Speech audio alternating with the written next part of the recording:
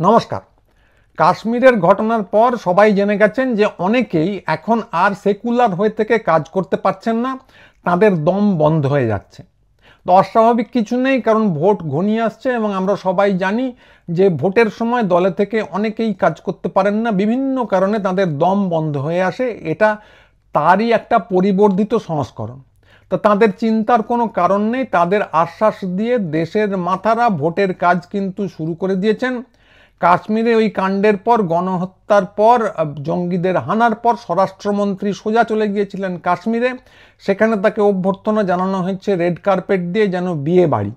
এতেও আশ্চর্য হবার কিছু নেই, কারণ হলিউডে ওই রকমই হয়ে থাকে। তারকারা যখন আসেন তাদেরকে রেড কার্পেট দেওয়া হয়, কারণ ফটোশ্যুট না হলে ভালো হবে না। আর ফটোশ্যুট যদি ভালো না হয় তাহলে ম্যাগাজিন, মিডিয়ায় সেগুলো দেখানো হবে কি করে, প্রচারই বা হবে কি করে।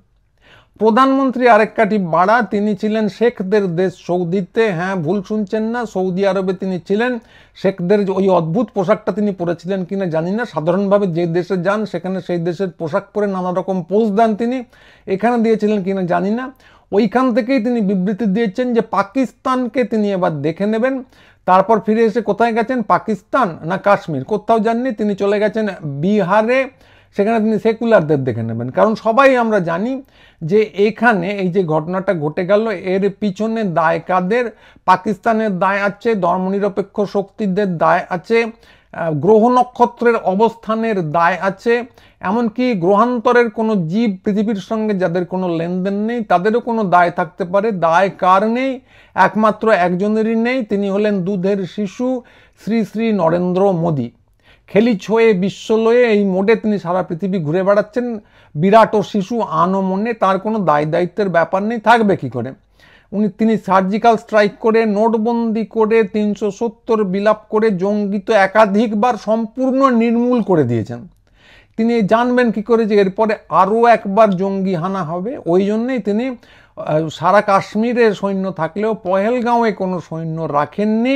লোকে যখন ধুঁকে ধুঁকে মরছে তখন তাই তিনি শেখদের দেশে ফটোশ্যুট করছিলেন।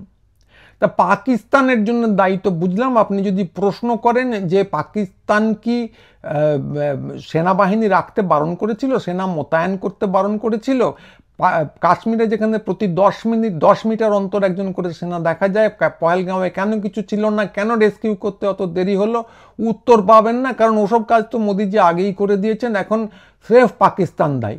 তা সে ভালো কথা, পাকিস্তান দায়ী বুঝে নিলাম। কিন্তু প্রশ্ন হচ্ছে যে তিনি যে হুঙ্কারটা দিয়েছেন এর গুরুত্ব কতটা?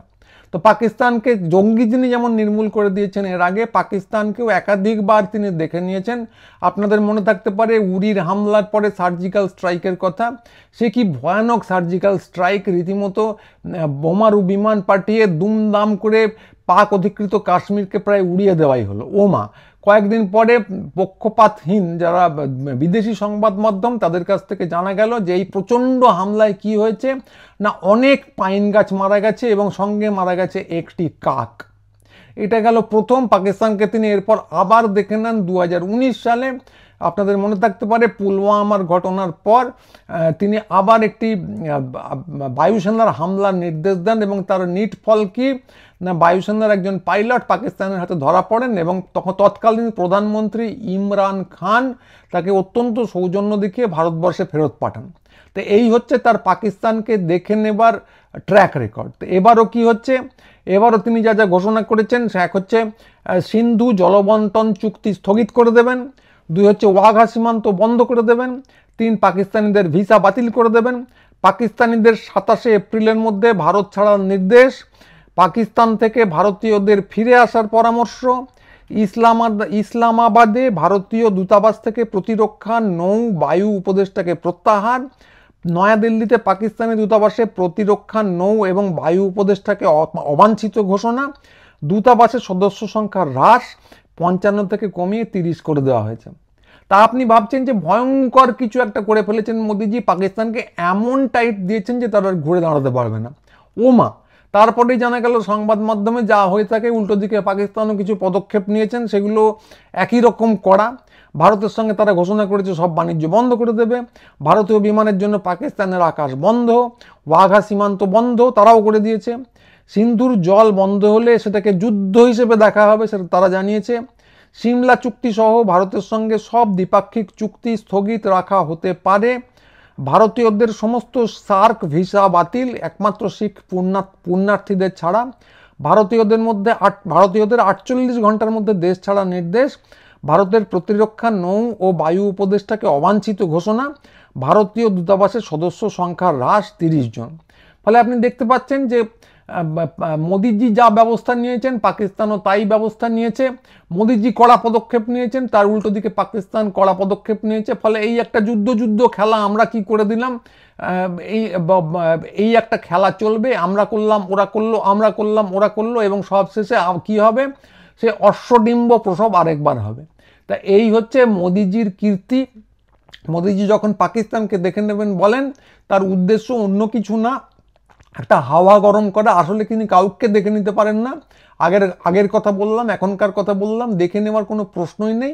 একটা হাওয়া গরম করেন। তা হাওয়া গরম করেন কেন? কারণ আসল শত্রু, 2 নম্বর যে শত্রু, তাদেরকে টার্গেট করার জন্য। উনি বিহারে গেছেন সেই জন্যে, সেটাও খুব যথাযথ পদক্ষেপ। বিহারে গেছেন কেন না, ওনার এই হাওয়া গরম করে সেটাকে ভোটের কাজে লাগাতে হবে। ভোটের কাজে কেন লাগাবেন? কারণ যদিও আর্যাবর্ত যাকে বলা হয়, বিন্ধ্য পর্বতের উত্তরে প্রায় সবকটা রাজ্য, বাংলা ছাড়া প্রায় সবকটা রাজ্যই তিনি দখল করে নিয়েছেন, কিন্তু তারপরেও লোকসভায় তার আসন সংখ্যা, তার দলের আসন সংখ্যা মাত্র 240, বস্তুত সংখ্যালঘু।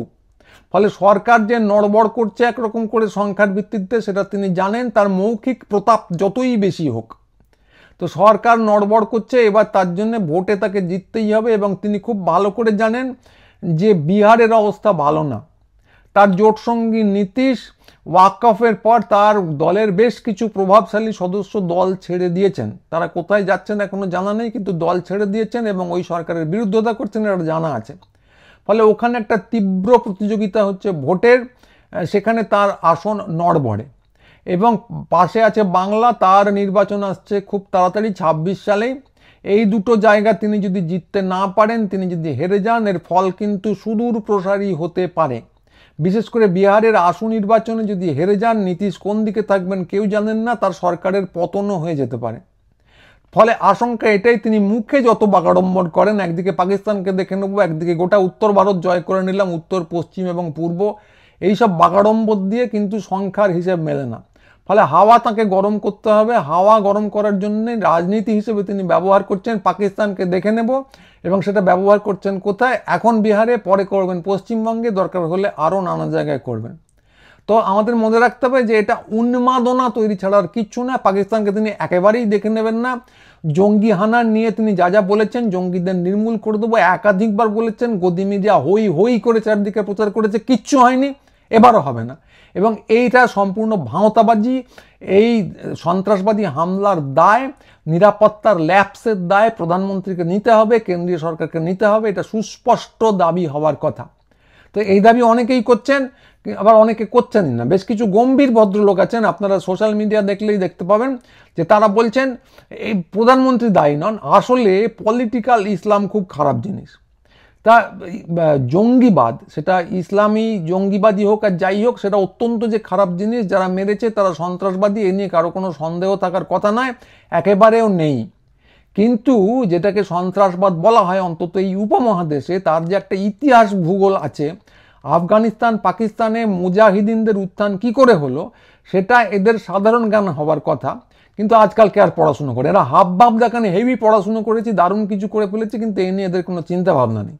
এবং মজা হচ্ছে, এদের একটা প্যাটার্ন আছে। এরা দাবি করেন যে এরা প্রচণ্ড রাজনীতি সচেতন, প্রচুর টিভি দেখেন, প্রচুর খবরাখবর রাখেন, কিন্তু খবর তো আসলে ওই গদি মিডিয়া আর টিভি থেকে। সেই জন্যে ধর্মনিরপেক্ষতা কিংবা সংখ্যালঘুদের উপর আঘাত এলে এরা সাধারণভাবে বলে থাকেন যে এটা কোনো সমস্যা নয়, অমুক জিনিসটাকে চাপা দেওয়ার ছক। অর্থাৎ কিনা ধর্মনিরপেক্ষতার উপর আঘাত এলে সেটা বড় কিছু নয়, আসলে এটা খুব ছোট্ট জিনিস। অমুক জিনিসটাকে চাপা দেওয়ার জন্য, নজর ঘোরানোর জন্য এটা করা হয়েছে। সন্দেশখালী নিয়ে যখন কথা হয়, এরা তখন গর্জে ওঠেন, কারণ ওখানে সংখ্যালঘুরা নাকি সংখ্যাগুরুদের মেয়েদের যৌনদাসী করে রাখছিল। সেটা সম্পূর্ণ বানানো গল্প, আপনারা জানেন। কিন্তু সেটাতে এরা খুব উদ্বেলিত হয়ে যান। রাজ্যপালের বিরুদ্ধে ওই একই নারী ঘটিত অভিযোগ এলে তারা কিন্তু চুপ করে থাকেন, বাবা এ তো ছোট্ট ঘটনা। গোবলয় জুড়ে যখন বাঙালি সংখ্যালঘুদের হত্যা করা হচ্ছিল তখন এরা ছোট্ট জিনিস বলে কাটিয়ে দিয়েছিলেন, দেন সাধারণভাবে। এবং উল্টো দিকে যখন মুর্শিদাবাদে খুনটুন হয়, সেটাও প্রচণ্ড নিন্দনীয়, তখন এরা সংখ্যাগুরুর পাশে দাঁড়ানোর শপথ নেন। তো এটা থেকে থেকেই বলেন যে সংখ্যালঘুর মৌলবাদকেও সমান চোখে দেখতে হবে, কিন্তু কার সঙ্গে সমান চোখে? সংখ্যাগুরুর মৌলবাদকে এরা যে তীব্রভাবে নিন্দা করলেন যেরকম কোথাও দেখা যায় না, উনি রাগ করেন না। ওটা এলেই ওরা বলেন যে এটা আসলে চোখ ঘোরানোর, নজর ঘোরানোর ছক। তো আমরা আশা করতে পারি যে এটা তোমরা যা খুশি করতে পারেন, কিন্তু কোন বিষয়ে কে উদ্বেলিত হবেন সেটা আমাদের ঠিক করে দেওয়ার কোনো দায় দায়িত্ব নেই। কিন্তু এই যে প্যাটার্ন লক্ষ্য করা যায়, সেটা লক্ষ্য করার অধিকার আমাদের আছে। তো এই প্যাটার্নটা থেকে যেটা মনে হয় যে এই গোষ্ঠীর যে ভদ্রলোকেরা আছেন, এদেরও কিন্তু কদিন বাদেই দম বন্ধ হয়ে আসবে। তো আমাদের দিক থেকে পরামর্শ এই যে তাড়াতাড়ি করুন, ওদিকেও ক্যান্ডিডেট প্রচুর, দম বন্ধ হয়ে তখন আর লাভ থাকবে না, আসন কিন্তু ভর্তি হয়ে যাবে। তাড়াতাড়ি করুন, কারণ আপনারা যেটা করছেন তাতে আপনাদের উপর আমাদের নজর আছে। ওনারা শুধু দেখছেন তা না, ভারতবর্ষের প্রভু যারা আছেন এই মুহূর্তে তারাই যে শুধু দেখছেন তা না, উল্টো দিকের মানুষ যারা, আমরাও নজরে রাখছি। ফলে দল পাল্টাতে হলে, শিবির বদলাতে হলে তাড়াতাড়ি বদলান, নইলে কিন্তু একুল এবং অকুল কোনো দিকেই জায়গা হবে না। তো আজকের ভিডিও এইটুকুই। ধর্মনিরপেক্ষতার পক্ষে সবাই থাকুন, গুরুচণ্ডালী সাবস্ক্রাইব করুন। আজকের বক্তব্য এইটুকুই, সবাই ভালো থাকবেন। পরের ভিডিও নিয়ে আসবো খুব তাড়াতাড়ি। আজকের মতো নমস্কার।